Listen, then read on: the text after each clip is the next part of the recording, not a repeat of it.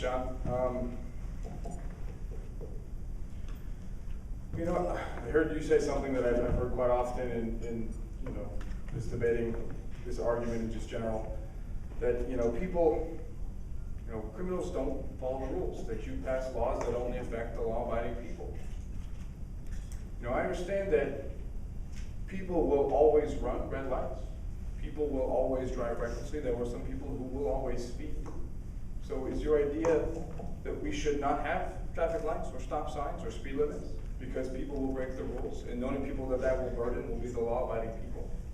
That fundamental argument is a call for anarchy if you take it to the end. We need laws in place to make it difficult for dangerous people to easily obtain dangerous weapons. It's simple. It's a fundamental fact. Last weekend, there were 7 people killed in Akron, Ohio, in their homes and in their neighborhoods. Not a gun-free zone.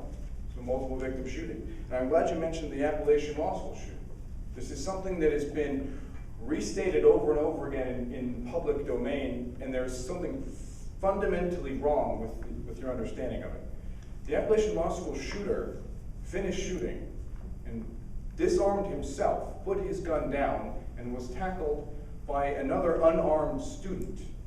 While he was being subdued by the student, 2 law enforcement officers who were taking classes there went to their truck, got their guns, and then held him at gunpoint while the rest of the police actually arrived. He was stopped by an unarmed person after he had already disarmed himself. This was not someone stopping a shooting because they were a concealed carry licensee.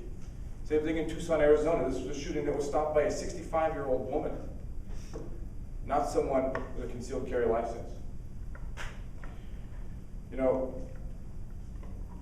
Like I said, generally, I understand how people feel uneasy, but we need to look at the bigger picture. We need to step back and have open eyes, as opposed to looking something very narrowly. This is something that is bigger than just a problem on college campuses. We have a problem of violence everywhere in our country, and we need to address all of it, not just part of it. And by something as simple as requiring background checks on every single seller, if you're a decent American, you should want to know that that gun that you're about to sell is going to somebody who can legally own it. Who doesn't agree with that?